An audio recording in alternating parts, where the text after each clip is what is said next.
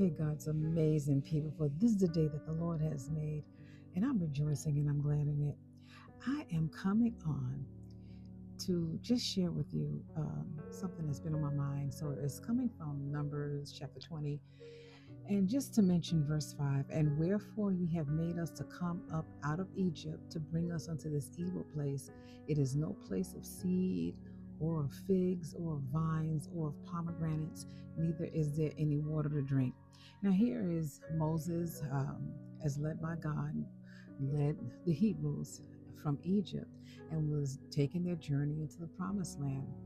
However, they encountered some issues. And isn't it like in life where, you know, we, here we are on our path, the path that God has ordained, and we come across some issues. But here you have the Hebrews complaining, murmuring and complaining. So it's, oh, well, there's no water to drink.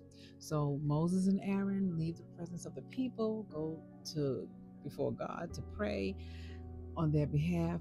God then instructs Moses to speak to the rock, and water will spring forth from the rock once you speak to it. However, Moses went and struck the rock. He hit the rock. That was not what God said to do. Water did come out, so they were able to drink, the people and the animals that journeyed with them. However, it cost Moses something. He allowed that frustration to cause him to disobey God. And we must be very mindful of that. So God told him, because of that, because he didn't sanctify him in front of the people, because he could have spoke to rocks, and God said, I can speak to the rock, that would have blown their minds. But he struck it to it, so it looked like it was in his own strength. But he was frustrated, and it's understandable because some people were murmuring and complaining. Okay. However, that does not give us the right to disobey God, and it is no excuse. So he suffered greatly because he was not allowed to go into or enter into the promised land. And then along the journey, Miriam died, Aaron died.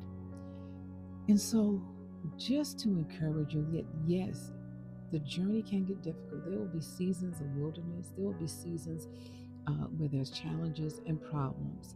However, even loss of loved ones, loss of relationships, um, loss of employment, loss of business, lost opportunities or missed opportunities.